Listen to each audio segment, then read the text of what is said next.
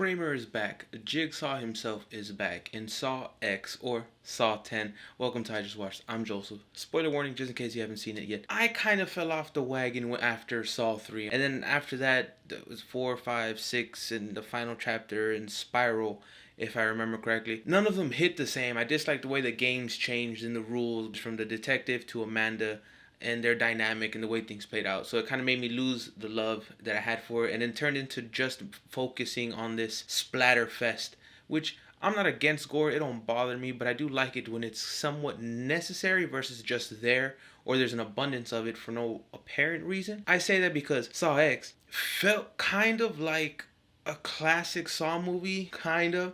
It was cool to see his dynamic with Amanda a little bit more. We get a little bit more of a deep dive into his backstory, and this session felt much more personal. It was a little bit more contained and it wasn't so worried about everything else and connecting all these little pieces, although it does have those moments that is Saw where at the end you get his theme music and you find out this is part of the plan the whole time. And it was funny because in this one he without question is the protagonist. He's the hero. You're rooting for Jigsaw. You're rooting for Kramer in this one. He basically gets hustled, but in this ultimate monstrous way where they have these people, these doctors and nurses, and this new medical founding to help cure his cancer. We're gonna get it. You're gonna pay us a bunch of money. We're gonna bring you out.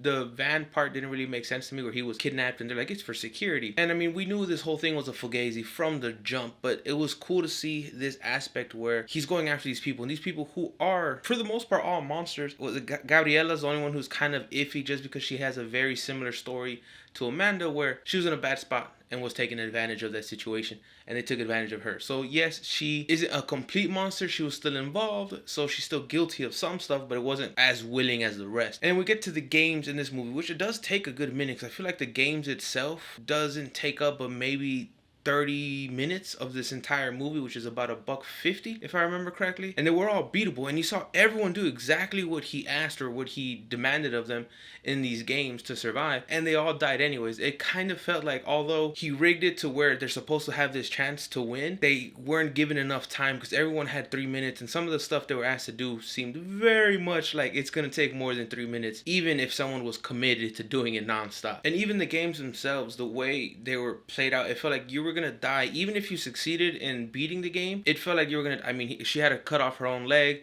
I felt like even with the tourniquet she was gonna bleed out. Homeboy had to pick his brain out of his skull. I was like, there's no way you're like, there's no real living after this.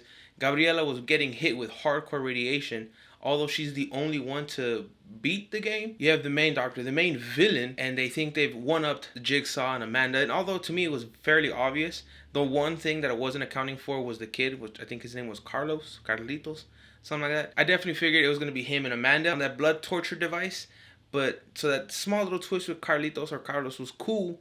So that's the only thing I didn't expect, but I definitely expected this whole time. I was like, yeah, he's just going to get them up there. He knew you were in on it from the jump. Like, we knew where this was going. And then the ending really bothers me. It's not bad, but the biggest monster of the whole group survives. She survived. She played the game, kind of, and she's alive, you know? So I'm like, that's the one person who, without question, should have died. Like, that's the person who needed judgment, and her game wasn't, it was the easiest to betray the person she loved at the moment. She didn't care for him, and Kramer knew that, Amanda knew that, so that game really wasn't as vicious as the rest, like cutting her leg off, picking his own brain out, Gabriella having to break her arm and leg to fall to try to survive after getting hit with consistent radiation. Her game felt very kind of soft, especially in comparison.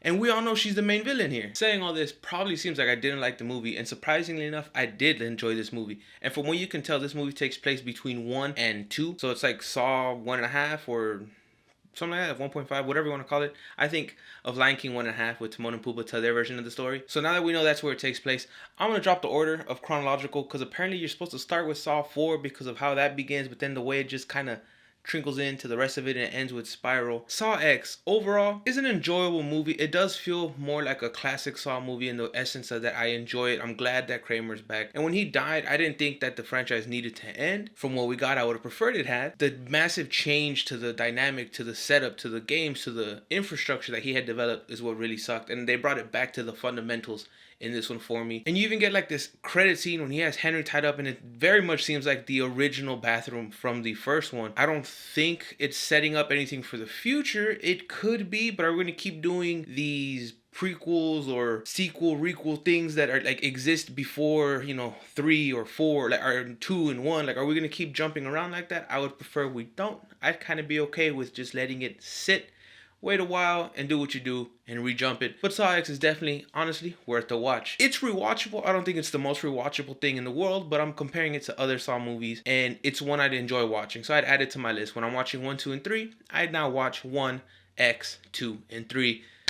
And then I'll clean my hands of this. But I want to hear your thoughts. Have you seen it? Are you gonna see it? I'd recommend it. I liked it for the most part. But I love hearing from y'all. Comments, questions, concerns down below. But until next time, stay safe, be well, y con mucho amor. Adios.